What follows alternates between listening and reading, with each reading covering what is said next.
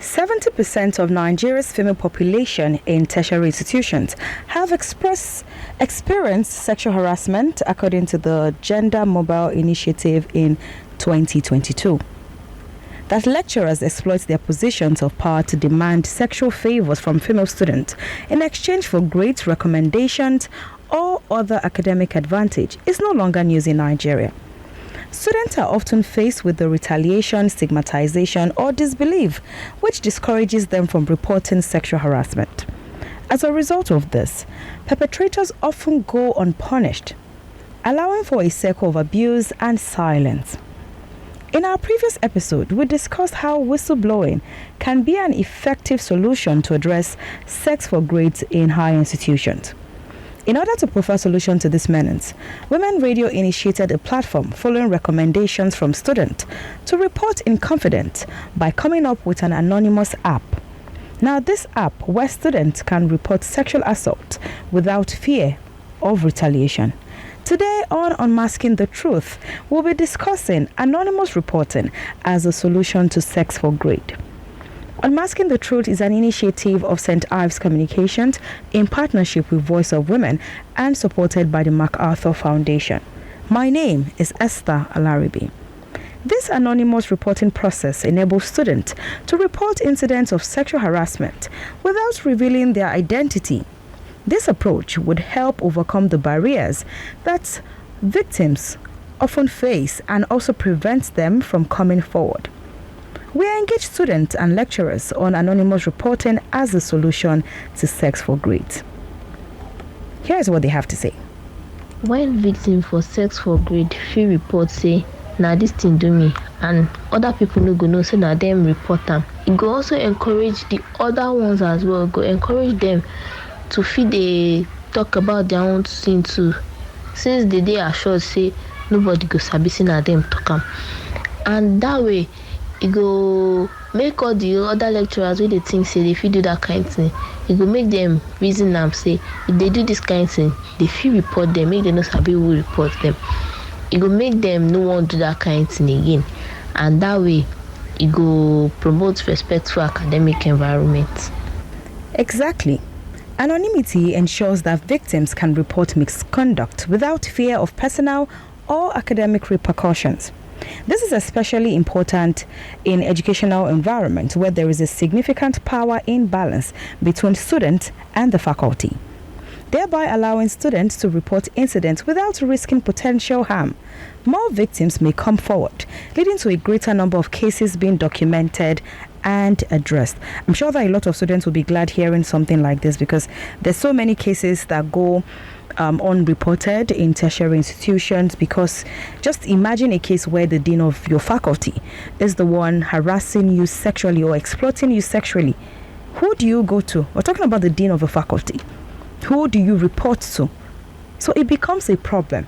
And over time, we've spoken about the challenges that students get to face when they cannot talk about these issues and they have to bottle it up.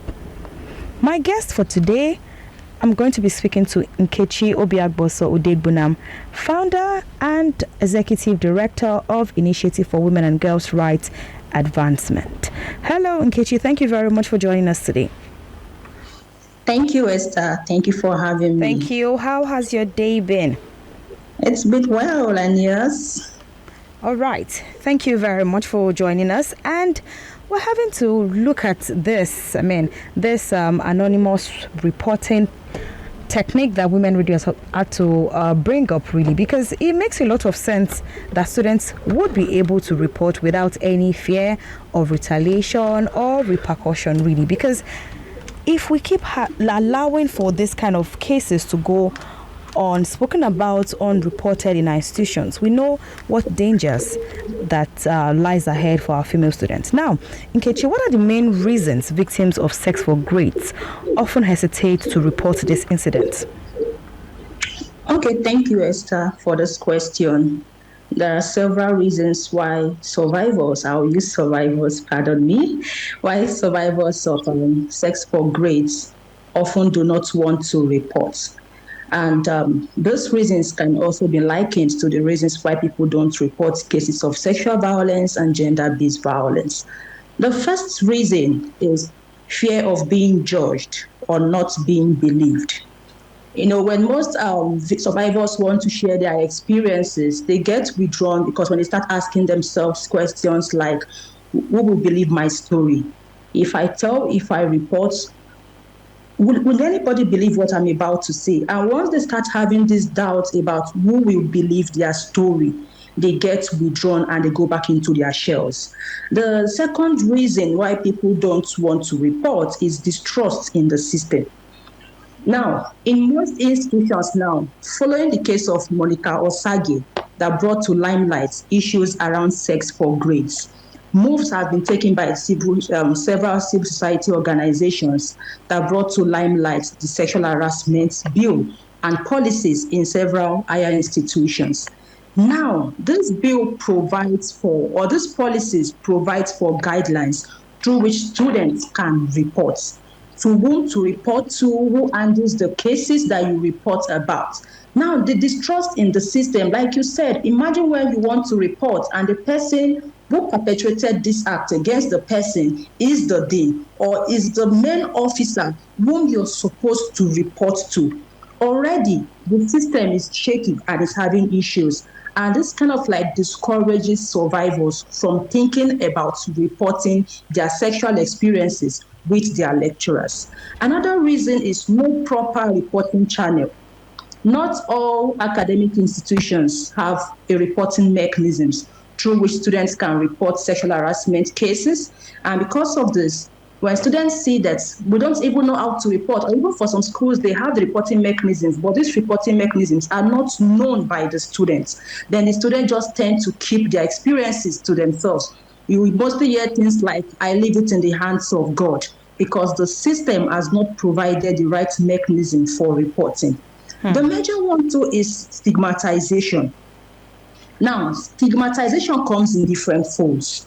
When a student who is a survivor of sexual harassment or sex for grades decides to report, the fear of being stigmatized, not just by the lecturer you're reporting, but by the co-lecturers, comes into play, or even the non-academic staff that might be related to this lecturer.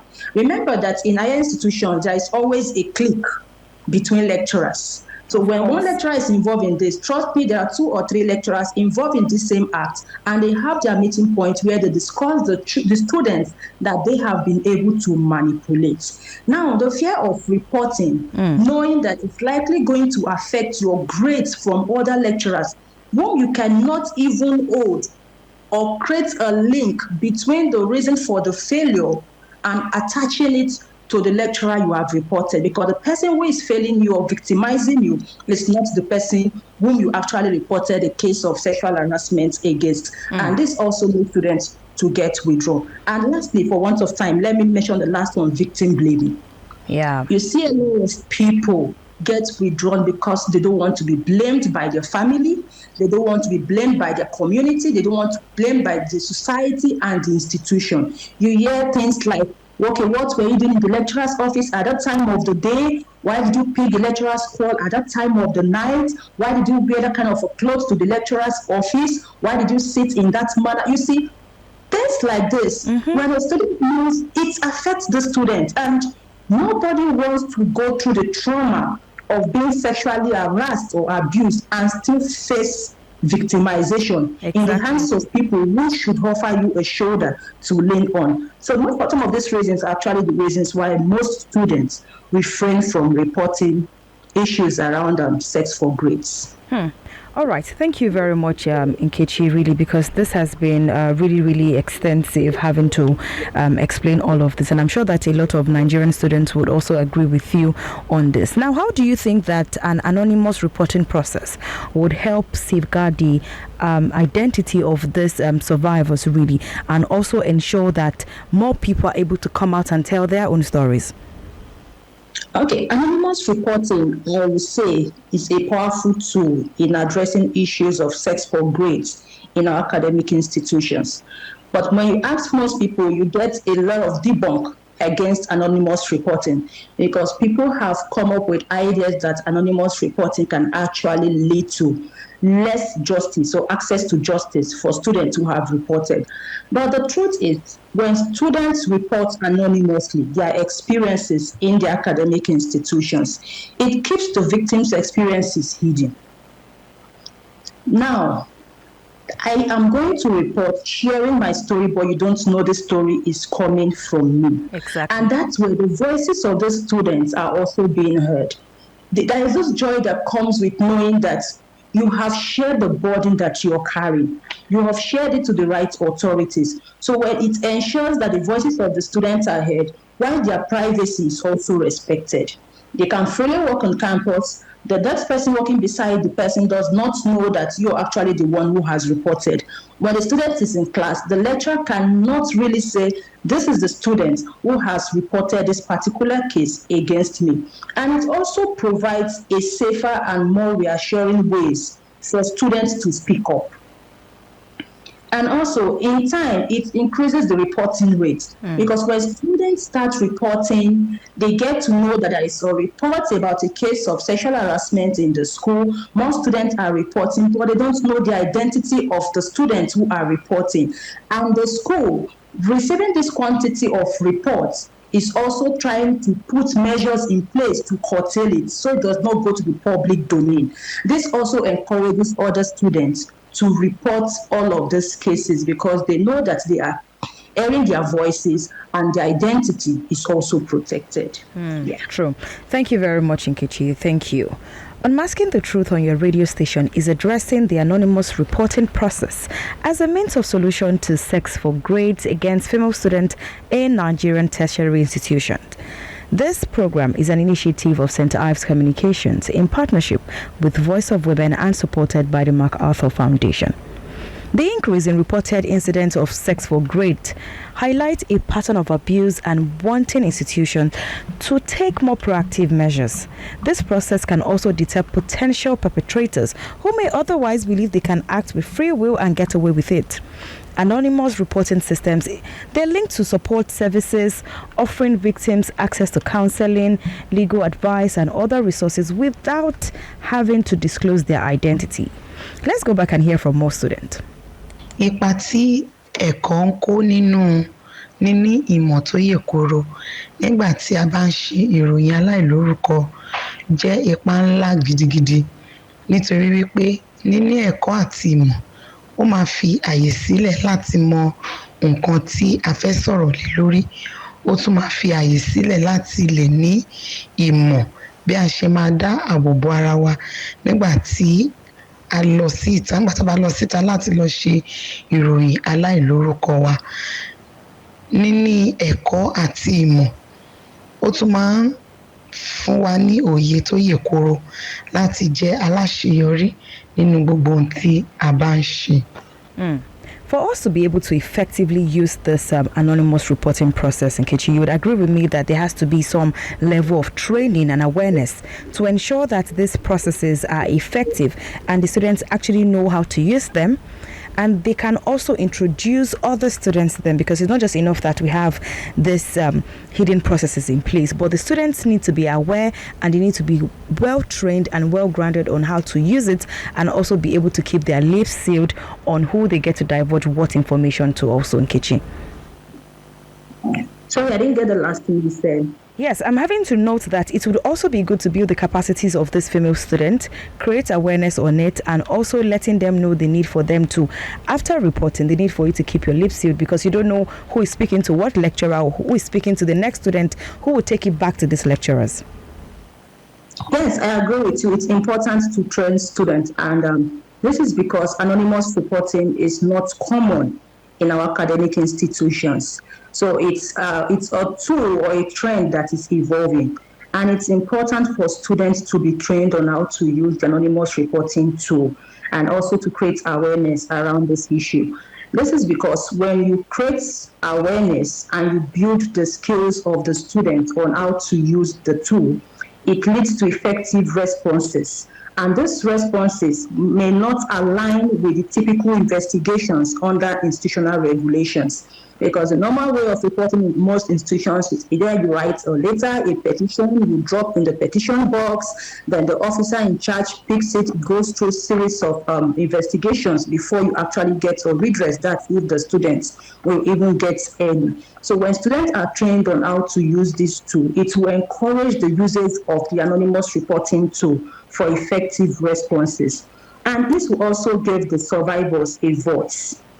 I will keep making reference to the voice because the voice is what gets affected when students experience sexual harassment or violence in their schools. It gives them a voice, and it also provides additional contextual information which can be valuable when taking action. What am I trying to say is this: when students are trained on how to use these tools and they start putting this tool to use, you get to see that a lot of information will be coming out.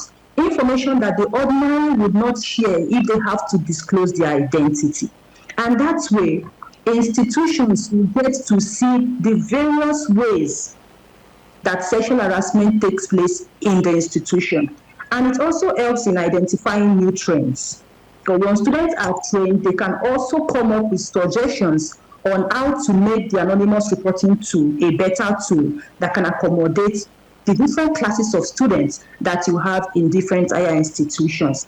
And it will also enable the responsible officers, because how the students learning how to use the tool, the responsible officers in the institutions that will be receiving the anonymous reports will also know how to properly analyze the reports they are getting from the students who are reporting all of these issues.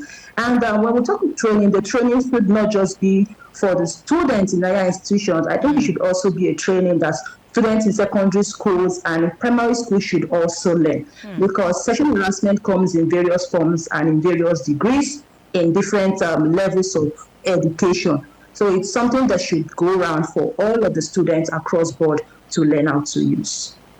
Definitely, I agree because I recall a particular conversation at the time when somebody was telling me about a particular youth copper, a male youth copper actually, that was posted to a school, and he went on harassing the secondary school student. And for secondary school students, I mean, one would tell that they really don't have lots of information at their disposal as at the time. Yeah. So it was a case of a student, one of the students, telling her older sister about what this core member has been doing. Then the sister picked it up and was like, how would this copper be doing this? And took it back to the school. And a lot of the teachers actually didn't know, but all they knew was that the female students kind of enjoyed the company of this male copper without knowing that there was something else ongoing. So if this set of students had this kind of information, it would have been easier for them to report this male copper, and this issue would have been nipped in the bud without having to record the numbers of survivors that they actually did after the investigation and finding out what this core member had done at the time, really. Now, Nkechi, let's talk about the bigger picture. Now, bigger picture will be having to start introducing this anonymous reporting process into like different tertiary institutions. It should be something that we have the big associations come together and agree on that in each institution you should have this. It should be situated, or in every in what offices, in what departments you should have this. So, and the processes also are not made so you have lots and lots of processes where you have to do this, then maybe at some point somebody needs to call you to. I don't want to have any face-to-face conversation. Let everything be done via the app or the anonymous reporting process. But it has to be mandated that institutions have this. Yes, it's important for institutions to have this, and it comes into play. The role of the government and civil society organizations also comes into play to create awareness in institutions. Because trust me, most institutions don't even understand what anonymous reporting means. Because most times when you talk about anonymous reporting, what comes into the mind of people is whistleblowing from people who are not the survivors of sex for grade incidents. So it's important to make them understand that anonymous reporting is a means for students themselves who have experienced those various forms of sexual harassment to be able to report and air their grievances. Now, what this also helps is that it helps to provide data on a particular institution. An institution can easily now say that in a month, in a week, in a year, that this is the number of reports of the prevalence of sexual harassment that we receive in this school. And it tells on the structure of the institution, the system in place to manage the protection of female students. So when this happens, it helps to provide data that will prevent future occurrences of similar cases. Just like you said earlier on, it will deter all lecturers from approaching students, either expressly or impliedly, for various forms of negotiations for sex for grade. And it will also make the academic institution to be a safer and more inclusive environment for students. When you know you are in a space where you can freely speak up, when you can freely speak up, and not just when people report, oh, it's there, the student has reported, but you can see that actions are being taken. The student A reported, and we are seeing results, we are seeing actions. It encourages other students to also report. And anonymous reporting, it will also help to shine a light on the prevalence and nature of the issue. We know we are too familiar with certain types of sex for grade incidents. Different types exist, but we do not know all of this because students do not come out to share their stories and their experiences. So when this tool is put in place in all academic institutions, students will freely share different experiences and will get to see the different dimensions that sexual harassment, abuse take place in institutions. Some we do not even know. But when this happens, we get to see all of this. And it also allows institutions, academic institutions, to develop evidence-based policies. So not just establishing policies, putting laws in place, putting regulations in place to curtail an issue you don't even have an evidence to support. So it provides evidence-based policies, and not just institutions and other interested organizations that are interested in addressing sexual violence cases will also be able to know the kind of interventions to come up with and the kind of interventions that will lead to eliminating sexual harassment in higher institutions. Definitely. And also the necessary support will also be put in place to address all of this. All right. Thank you very much, Nkechi. Let's hear what the students have to say still. When victim for sex for grade fit report say na this thing do me, and other people no go know say na them report am, e go also encourage the other ones as well, go encourage them to fit dey talk about their own thing too, since they dey assured say nobody go sabi say na them talk am. And that way e go make all the other lecturers wey dey think say they fit do that kind thing, e go make them reason am say if they do this kind thing, they fit report them, make them no sabi who report them. E go make them no wan do that kind thing again, and that way e go promote respectful academic environment. An anonymous reporting process requires careful design and management. An institution that really wants to offer a secure channel for anonymous reporting, it needs to include so many things: online forms, dedicated phone lines, Dropbox, clear guidelines on how the reports are going to be handled. This is going to give a lot of assurance to the survivors who are going to be making this report. And also these guidelines would also need to give full details as to how the procedures will be followed, what the procedures and timelines will be like after the report is submitted. It would give you that confidence that yes, my case is being treated with utmost respect and confidentiality, and thereby promoting transparency and trust also in the process. If Lady A goes and makes this report and everything is made anonymous and there's no backlash, no retaliation, nobody knows she's the one, she'll definitely feel comfortable to tell someone else who she finds in such a situation next time. And it is important to educate both students and staff about the existence and significance of this anonymous reporting system. It is very important.